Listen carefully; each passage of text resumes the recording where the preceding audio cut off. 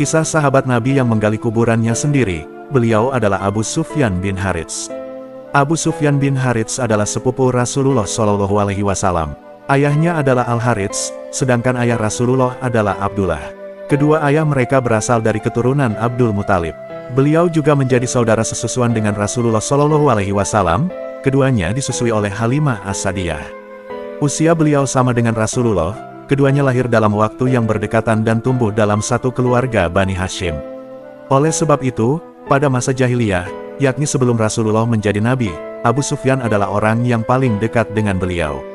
Sehingga beliau mengira bahwa Abu Sufyanlah orang pertama yang akan menerima dan membenarkan dakwah Nabi Muhammad SAW. Namun perkiraan beliau meleset, karena begitu Rasulullah mengumumkan dakwahnya dan memperingatkan keluarganya, berkobarlah api kebencian dalam jiwa Abu Sufyan bin Harits terhadap Rasulullah. Persahabatannya dengan Rasulullah berubah menjadi permusuhan, dan jalinan kekerabatan berubah menjadi kebencian, maka hancurlah hubungan mereka selama ini. Abu Sufyan adalah seorang penunggang kuda yang handal dari kalangan Quraisy dan seorang penyair yang ahli. Maka beliau menggunakan ujung pedang dan lisannya untuk memerangi Rasulullah dan memusuhi dakwahnya. Abu Sufyan menggunakan keahliannya dalam bersyair untuk mencela Rasulullah dan mengeluarkan kata-kata yang buruk kepada Rasulullah Shallallahu Alaihi Wasallam. Dia mengeluarkan seluruh kekuatannya untuk menakut-nakuti kaum muslimin. Bahkan Abu Sufyanlah orang yang selalu mengobarkan semangat untuk memerangi kaum muslimin, dan dia yang selalu memberi rencana untuk menyiksa mereka. Permusuhan Abu Sufyan bin Al-Harits dengan Rasulullah berlangsung sangat lama, yakni 20 tahun. Selama itu Abu Sufyan tidak pernah berhenti dalam mencela Rasulullah Shallallahu Alaihi Wasallam dan kaum muslimin. Ia tidak pernah membiarkan segala macam tipu daya terhadap Rasulullah kecuali dia yang melakukannya. Setelah 20 tahun berlalu, hidayah Allah datang juga menyapanya. Pada saat yang hampir bersamaan ketika Nabi Shallallahu Alaihi Wasallam menggerakkan pasukannya menuju Makkah, Abu Sufyan juga menggerakkan kakinya menuju Madinah untuk berbayat memeluk Islam. Ia berangkat bersama anaknya yang masih kecil, Ja'far, dan saudara sepupunya yang juga berniat memeluk Islam, Abdullah bin Abu Umayyah.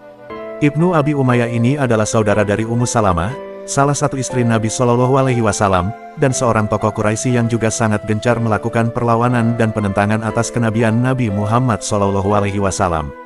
Ketika tiba di Abwa, Abu Sufyan dan rombongan kecilnya bertemu dengan pasukan besar kaum muslimin yang sedang beristirahat di tempat itu. Ada kegentaran dalam dirinya.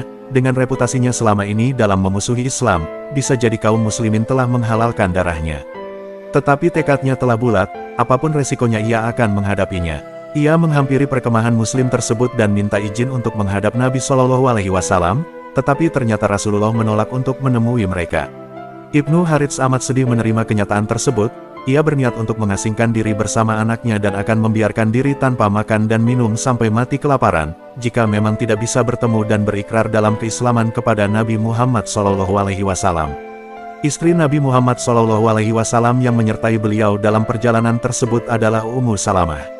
Ia melihat keadaan ketiga orang tersebut hampir putus asa, apalagi keadaan si kecil, Ja'far bin Abu Sufyan. Karena itu ia berkata kepada Nabi SAW, "Wahai Rasulullah, jangan engkau biarkan anak pamanmu dan anak bibimu menjadi orang yang paling menderita karena engkau." Tetapi saran Ummu Salamah ini belum cukup meluluhkan hati beliau. Tentulah Rasulullah yang paling merasakan bagaimana sikap dan perlakuan mereka berdua ketika beliau masih berdakwah di Makkah.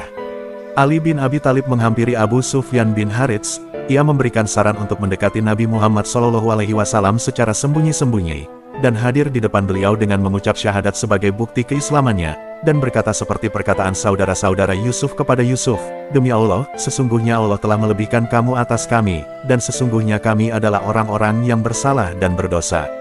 Ali bin Abi Thalib sangat mengenal bagaimana cara untuk meluluhkan hati baginda Rasulullah SAW.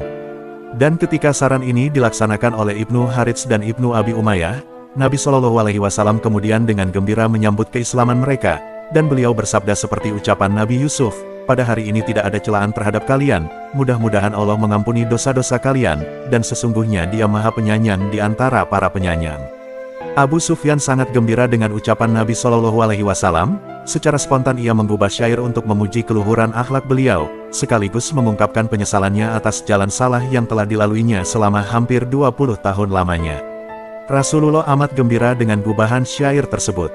Rasulullah memerintahkan Ali bin Abi Thalib untuk mengajarkan Abu Sufyan cara wudhu, salat dan berbagai cara peribadatan lainnya, sehingga akhirnya ia menjadi seorang muslim yang baik.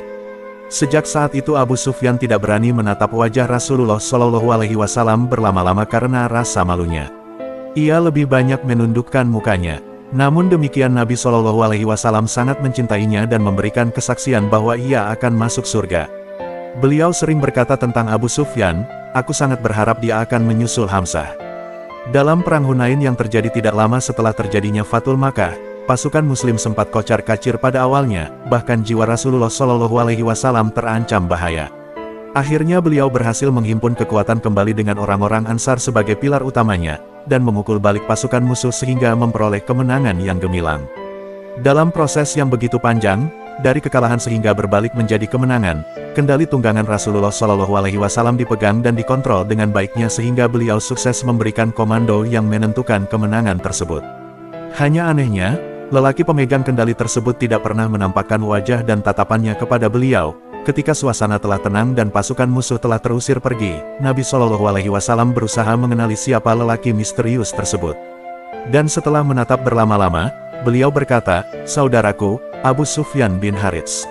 Sangat pendek ucapan beliau, tetapi kata, "saudaraku," yang diucapkan Nabi Shallallahu Alaihi Wasallam laksana air sejuk yang disiramkan ke dalam hatinya kala kegersangan melanda.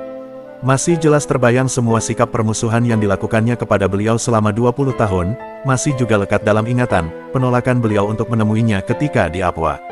Tetapi tiba-tiba saja beliau menyebutnya sebagai, "saudaraku," kegembiraan dan kebahagiaan yang menyebabkan air matanya mengalir dengan deras karena rasa haru yang tak tertahankan. Ia mencium dan meratapi kedua kaki Rasulullah Shallallahu Alaihi Wasallam, bahkan ia mencucinya dengan air matanya. Abu Sufyan bin Harits menghabiskan sisa waktu bersama Rasulullah Shallallahu Alaihi Wasallam dengan ibadah demi ibadah, seolah ingin menebus ketertinggalannya selama 20 tahun. Dan ketika Nabi Shallallahu Alaihi Wasallam wafat terlebih dahulu, ruhnya seolah memberontak untuk segera keluar menyusul kesayangan dan kekasihnya tersebut. Suatu ketika Abu Sufyan menggali lubang kuburan di Baqi, padahal saat itu tidak ada seorang pun yang meninggal. Para sahabat yang merasa aneh dengan apa yang dilakukannya menanyakan aktivitasnya tersebut. Abu Sufyan berkata, "Aku sedang menyiapkan kuburku." 3 hari kemudian ia terbaring sakit dan makin lemah sehingga orang-orang menangisinya. Tetapi tampak sekali kepuasan dan ketentraman di hatinya yang tampil di wajahnya. Abu Sufyan berkata, "Janganlah kalian menangisiku, sesungguhnya sejak memeluk Islam, tidak sedikit pun aku berlumuran dosa." Tak lama kemudian wajahnya terkulai dan ruhnya melayang menyusul kekasih yang dirindukannya, Nabi Muhammad SAW. Lalu orang-orang pun memakamkannya pada liang lahat yang telah dipersiapkannya sendiri.